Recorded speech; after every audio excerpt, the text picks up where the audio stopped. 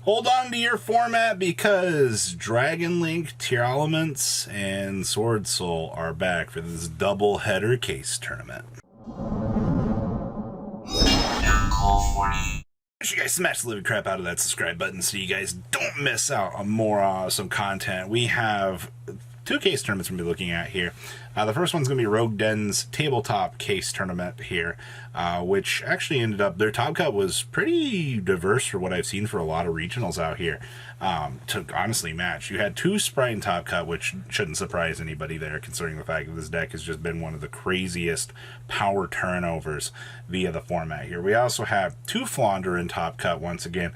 That's a story that you've seen, you know, over and over and over this format here. Now, we also had a Sword Soul in top cut, which I think is one of the most exciting things out of this breakdown here is you still see Sword Soul holding on in the format, you know, still showing people that, you know, it might look like it might be dying off, but it's still holding on.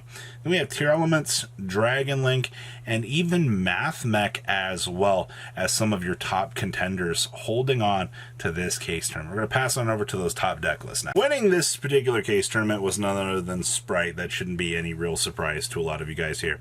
You see a lot of these continued turnovers with Sprite just being one of the more powerful decks within today's format.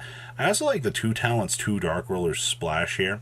We're also only playing 1 Prosperity. You can definitely tell, like, in terms of the splash ability, in terms of, you know, your little option trees within this deck here, that you're trying out different things, and it looks like it's working out here in terms of the way that it's built. All right, next up here, second place was our Sword Soul. We are playing, yes, Cypher Mortal Mega, and we're still continuing on with the domination that we've seen here with Psychic and Punisher continuing to be one of those good cards. Ever since this card came out, a lot of players have basically picked this up and included this within their strategies here. Outside of that, the Sword Soul deck feels very, very normal at what I would consider this point in the format, just in terms of construction. You love to see more streamlined approaches here. Next up, third place here is another Sprite deck. I guess this is interesting. Kind of take note of like Monster Reborn. It is a free extender for the deck, but you just have to have something down in order for you to do your thing. If your opponent does out your Frog or something like that in like a way that like forces it to the graveyard, you don't have to care. You can just go ahead and capitalize and reset up your package. It's all good at the end of the day here. And then of course, full talents onward. It's talents or droplets. Excuse me, it's talents or dark rollers for this format. Next up is our Flounder player here. We are playing 1 Mystic Mine in the main. I love the fact that you only, a lot of these lists will turn over and you only need 1 Mystic Mine in order to have success with this format, which is not a bad thing, ladies and gentlemen. Once again, more options available, more turnover. It all works out. I also like the Borreload Dragon down here. I guess this is like your oh crap button if you really need it, but outside of that, not really surprised to see good results here. Next up is our Tier Elements deck here, getting 5th place. So we're doing the 1 Fusion Sub, the 1 Polymerization. I really am liking the fact that Fusion Sub has just made its way into all of these Tier Elements decks as just one of the best cards. You didn't really see that in the OCG here. Also, I think the giant trend right now is every single Tier Elements deck is just playing Dark Ruler no more, because like this card is literally your go-to break a board, capitalize, and you're back in the game all of a sudden. Alright, so we continue on here, our Dragon Link deck. So we are playing Adventure Dragon Link. If you really are not focusing on playing the Adventure package within this deck, I feel like you're just losing out on too much potential advantage that you really need in order to stay in the game. And it's kind of a real shame, because when you're forced to play like cards like this in order to make sure that your deck even has a chance to keep up with the current power scaling within the format, I'd say it leaves a bad taste in certain players' mouths.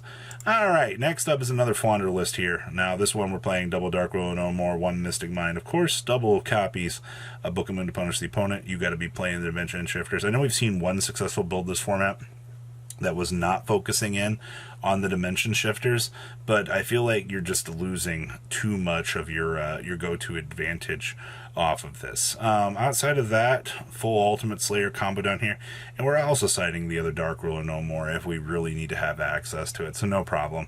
And last list out of this regional, or excuse me, out of this case tournament was Math Mech here. So we're actually playing Dark Ruler no mores, so you can board break, go ahead and establish, punish the opponent, and then gas to the floor in terms of your overall recovery here. Different Dimension Ground also being one of those big, powerful reverse cards on your opponent. And I also see here Final Sigma pulling this deck together in terms of things. So that is your first overall breakdown for Rogueden's top case tournament here. We're going to pass on over and you're going to see what Olympus is pulling out for us. For this particular event, I'm not going to go through and do a breakdown per se here, but Power of the Elements, double case tournament here. All of these decks were within top 8 here. So I see that we have tier elements to start things off here. Very streamlined approach here if you're playing the adventure package. I do see that you have a slight reduction in terms of, you know, how many Rite of Armisia you're playing, but it's going to lock you. We're also playing triple tack talents within this deck as well, which your whole life plan here is to establish and go. So good stuff. Next up here is our adventure deck. Now we're only playing one of the Pot of Greed card in here, which I know some builds are trying to play 2 and 3 of it, and that's fine overall, but in terms of, you know, just getting your best raw advantage off of the ground, I think one of it's fine. It should be searchable within the deck. And good old Changing down here. We're also playing 2 of the Punk Amazing Dragon, so you're already going to see good success in turnover within this deck as well. I really do love watching the Punk deck go. Next up here we have our next Sprite deck. We're playing double ready fusion in here with 1 instant fusion. So you would, I think those ratios are fine considering the fact that you want the level 2 to basically be a starter in order to like start Halki Fibrax or to start some of the more a little interesting niche interactions that you might see within a deck like this. So it also acts as one of the materials you can stick underneath Gigantic Sprite. So it feels really powerful. Next up here, we have good old tier elements here. Alright, so first of all, we're playing a very small branded package within the deck.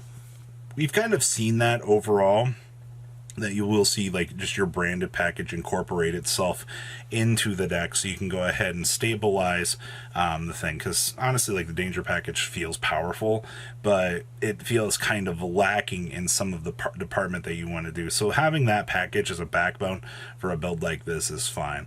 Next up here is Pure Despia. Holy crap!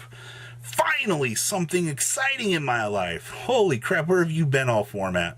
Still playing Patchworks. We're actually playing Talents now to kind of counteract some of the more toxicity that you see within the current format. Yeah, I guess you really do love to see that. Guardian Chimera, double for board breakers, and then we're playing Summon Limits in here as well. I mean, I guess once you establish and you're able to like set up branded in red, you should be good to go. Next up here, we have Flaunder. Okay, so we're playing Triple Journey, of course. We're playing 9 pots. I almost feel like 9 pots feels a little bit too rough at the end of the day. I understand that, like, you do want to see as much draw power as you can actually get to, but it feels like too much at certain points. But you know what? If it ends up working out, it has to have some sort of success, right? Next up here is another version of Sprite. This one's 43 cards. I've noticed a lot of these builds are really liking to push the norm over 40. For whatever reason, it looks like it's working out for them. We have triple Dark Ruler, no more triple Talents, of course, within the main deck. That's fine. Maybe that's where the extra 3 cards went, because a lot of players right now are just looking at either Talents or Dark Rulers. We just went with the full incursion of them.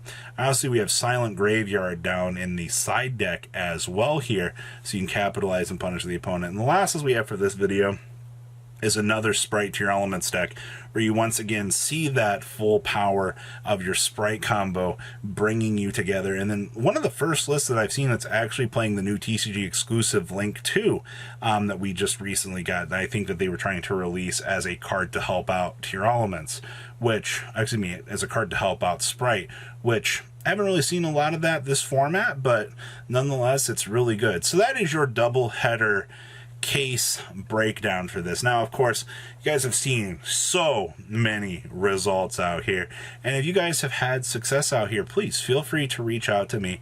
All my social media is available. I love the chance to talk about some of these more rogue tournaments, even if you made like top 64 with an offbeat deck. If I haven't covered a regional yet or something like that, that's something that I can very easily include at the end once we go through the top decks and be like, hey, you know, this made top 64, and give cool little shout outs and inclusions to those particular decks, because Rogue definitely needs as much love as it can get out here, and I know a lot of people are always shocked to see the cool things out there. You guys have a good rest of your day, alright? Patrons, thank you.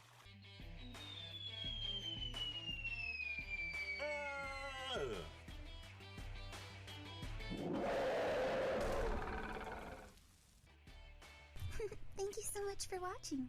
Check out these other videos.